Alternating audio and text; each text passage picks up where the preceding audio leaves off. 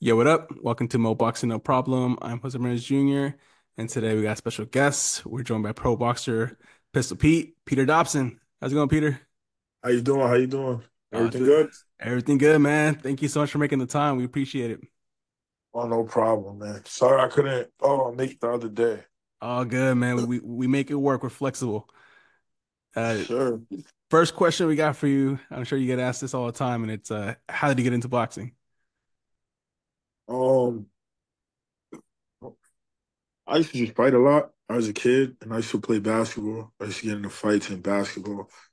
And my aunt had a gym around the corner from my house, and I tried it out for like summer.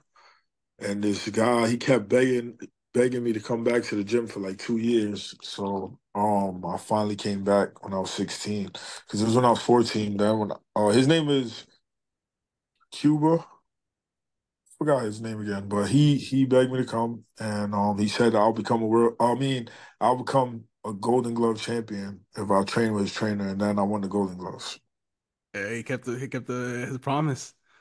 Yeah. That's awesome. And then Uh, how did you get the nickname Pistol Pete? Fighting in New York, like fighting in club shows in New York, like I fought in a New York. They have like the show. It's like a New York State show or whatever, and the announcer just called me Pistol Pete, so I just kept it. Yeah. Nice. And you mentioned Golden Gloves from your amateur career. What were some of your other major accomplishments from back then? Um, on the US, I mean Metros. I don't know. I fought like locally amateur, and in nationals, like I fought in like two national tournaments, but that's about it. I really like started boxing late, so I didn't even know about the nationals when I first started boxing. I I fought see. novice. Like when you fight novice, you can't go to the nationals. So Oh, when I really? first started boxing, I didn't even know about the nationals. Yeah, Yeah, I didn't know that. yeah. Sweet. And then Peter, your fight with Conor Ben, I think that's the fight that got you, noticed by more boxing fans, kind of your breakout fight. The decision didn't go your way, but what did you learn from that fight versus Conor Ben? Um,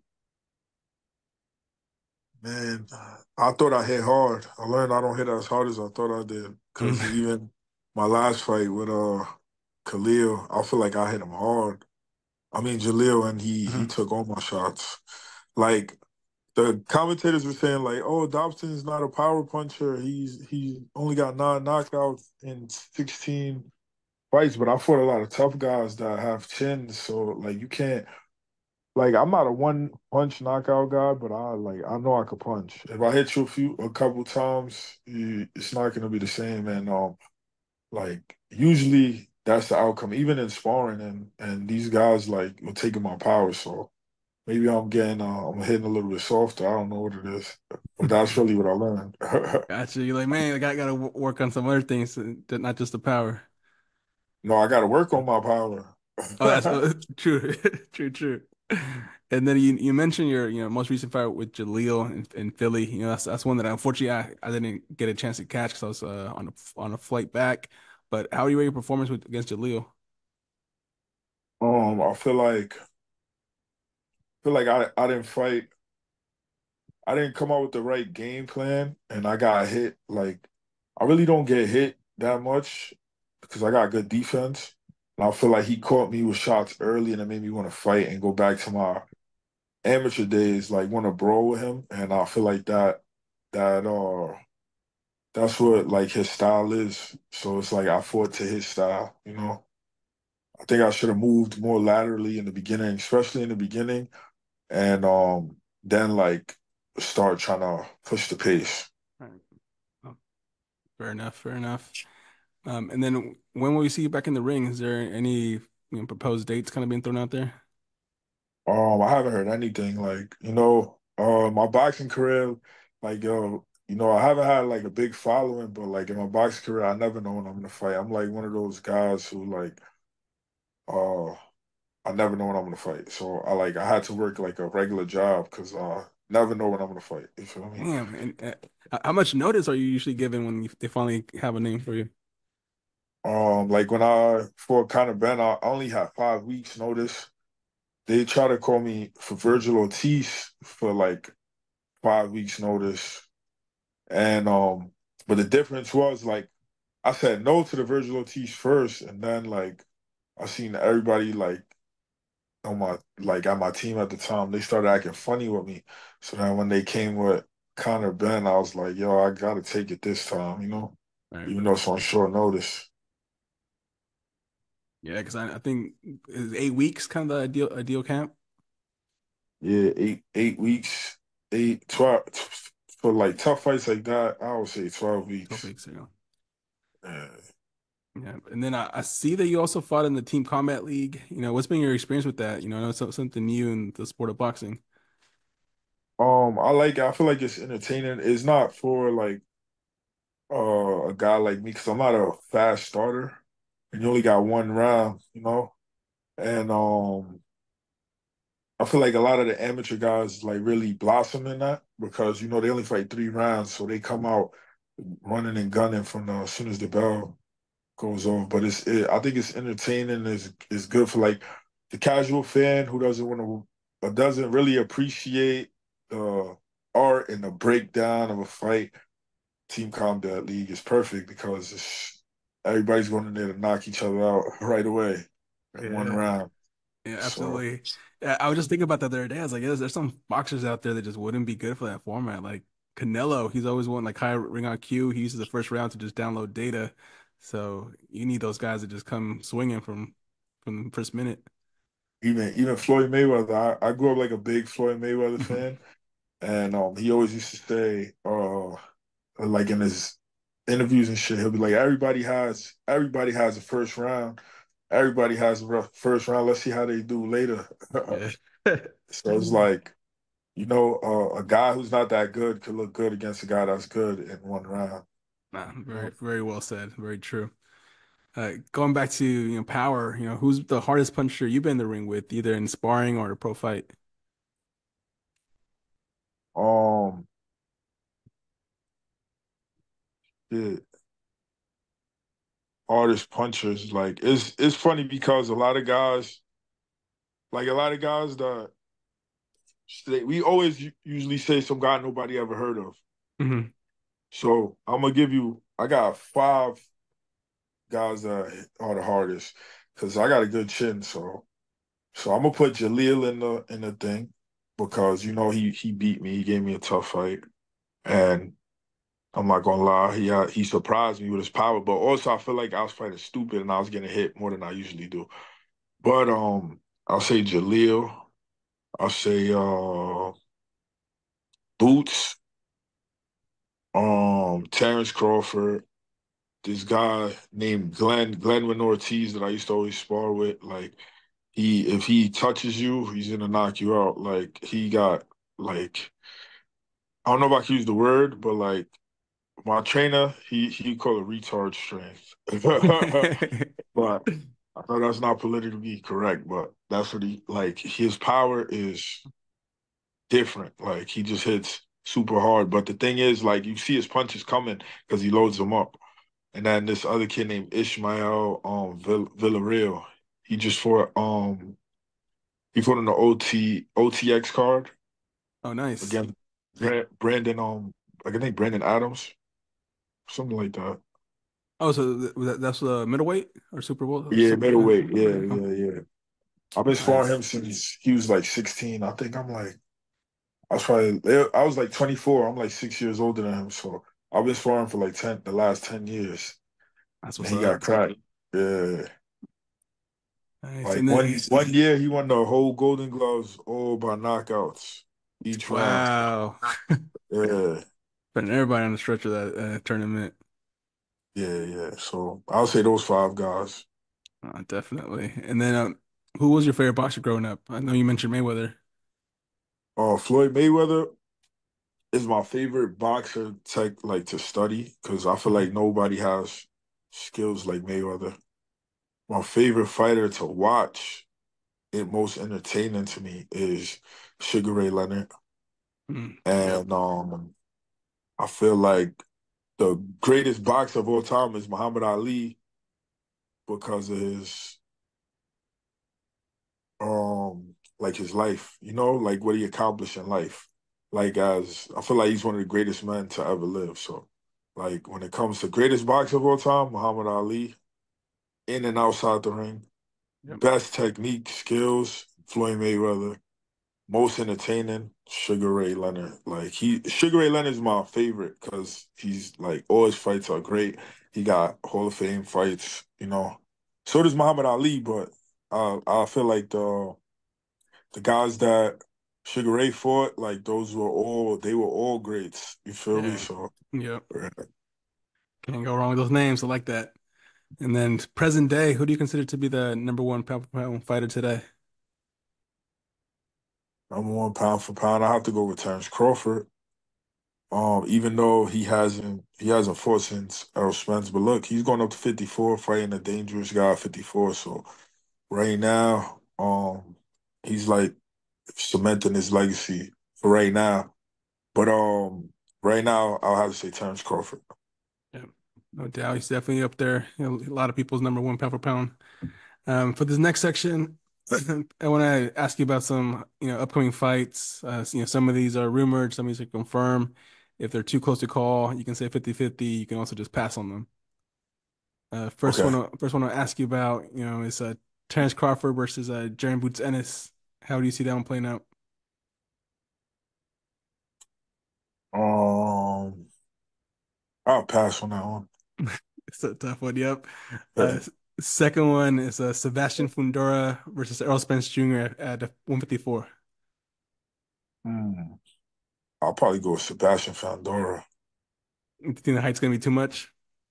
The height, the size, everything, and the activity. Even though Earl's active too, but it's like you got a big dude in front of you throwing a lot of punches, and you're not I don't know. I wouldn't even want to fight Sebastian Fandora.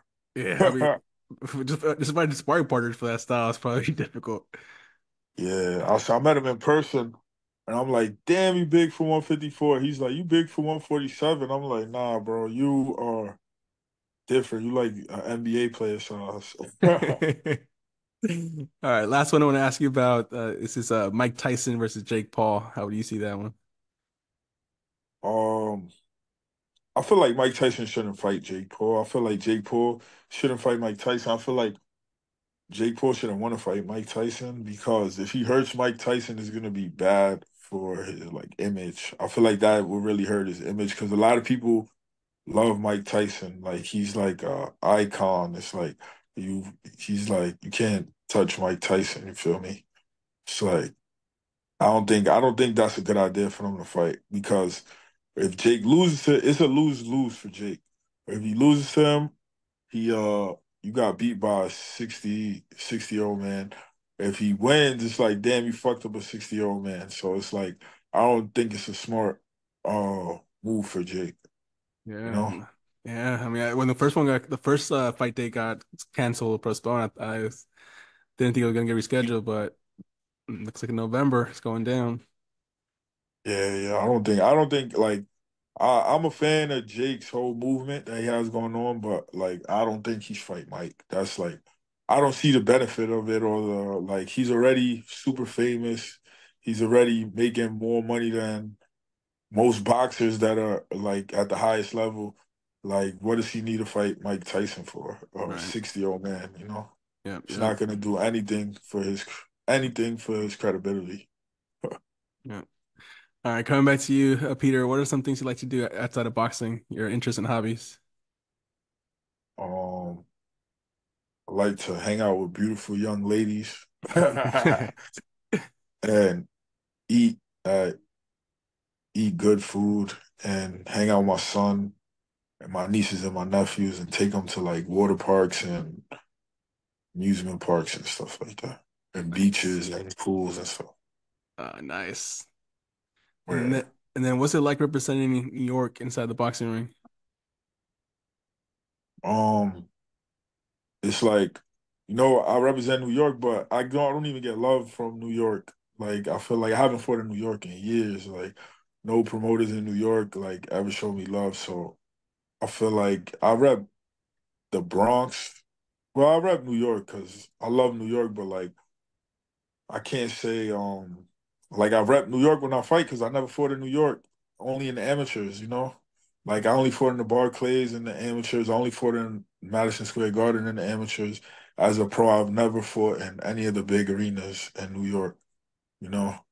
And I feel like I'm one of the best fighters in New York, and I'm like really born and raised in New York. Like I'm New York to the fullest, but in my own city, I never got like an opportunity, never got any love, you know. I had to go out of state to get my career rocking.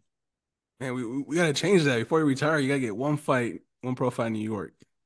Yeah, my Yeah. dream is to fight in the Yankee Stadium. Oh, that'd be dope. Yeah, because you know, like I study like old school fighters. They used to have a lot of fights in Yankee Stadium back in the day. Like Mm. I think what's his name? Joe Louis fought in Yankee Stadium before. Like a few heavyweights, like big fights in Yankee Stadium. But I heard it's expensive now. That's why they don't do it. So let me ask you this then, Peter. What opponent you think would it take to do that Yankee Stadium fight? Mm, shit. What opponent do you think? Yeah, well, I was gonna just think Virgil Ortiz Jr. You know, get that fight Yeah, that would going. be a good. Yeah, that And would be a good one right there. I know he's huge in Texas, but hey, bring that to New York. You know, New York, he got a big following. You feel me? They'll follow him over here. Exactly. That's a perfect name right there. Nice. And then what's the best piece of advice you would give someone who's thinking about going pro and making a career out of boxing? Um, you know, everybody's path is different, so I can give you advice, but doesn't necessarily mean it'll work for you. But all I can say is like, don't listen to what people. I mean, my biggest advice is fight in the amateurs as long as you could and prove yourself in the amateurs before you turn pro. Because if you don't have a big amateur background, it'll be hard to get promoters and managers. So I feel like if you can't accomplish like I just feel like if you're not fighting at a high level in the amateurs, it's gonna be tough for you. So try to stay amateur as long as possible. And even if you lose, the amateurs is okay because you could bounce right back. You could lose today, then go win a national tournament the next day. But in pros, once you've turned pro, they can sit you on the bench for a whole year. You can't fight. You feel me? Right. It's like it's hard to get fights once you turn pro. So try to get as much amateur experience as possible before you go pro. That would be my advice. Great advice. And then the final question we got for you, Peter, it's not really a question, it's more so now open up the floor. What's the message you want to send to your fans supporters? Um, I want to tell them thank you for all the support and keep supporting me. I've been working for years at this, you know, and it's just a small setback. I've been through a lot of setbacks, these losses, and I'm gonna just do my best to get better, like I always do, you know. And I feel like you learn the most from your losses, in my experience. Yeah, Like, but but the Conor Ben one, I don't really count that one as a loss because that fight I took on short notice. Like this fight, I'll take it as a loss because I had a full camp. You know, yeah, no excuse. I think I heard someone say like a loss really isn't a loss if you learn something from it. You know, so it's lessons in that. Yeah, yeah. Jay-Z said a bar like that too. He was like a loss ain't a loss, it's a lesson. Yeah. Something it's a appreciate your blessing, something like So, that. sounds like something Jay would say for sure. Yeah, Uh, yeah. Where you from? Man, I'm from the West Coast, so I'm from near San Francisco. Cool, cool, cool. Yeah, but nah, been a big fan of hip hop and big influence with Nas and Jay-Z, all that movement. Great music, right? Yep, yep. Even if it's country music, if it's a hit, it's a hit. Exactly. And Peter, where can people find you on your social medias? What are your social media uh, handles? they can find me. They can find me on Pistol Pete Dobson. On IG. That's what I use mostly. I'm starting to make. I think I'm gonna start making more like content. I want to start making more.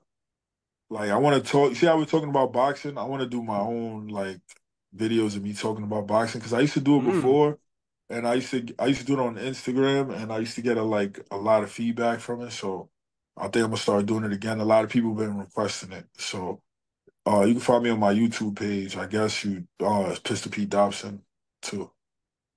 awesome. Yeah. Definitely gonna keep a look on that. And Peter, thank you so much for making the time. We appreciate talking some boxing with you and getting to know you better. And we'll be on the lookout for the next fight date. Thank you, man. I appreciate you. No problem, man. You're welcome back Yeah. anytime. Take care. Thank you. All You right. too. All right. Bye.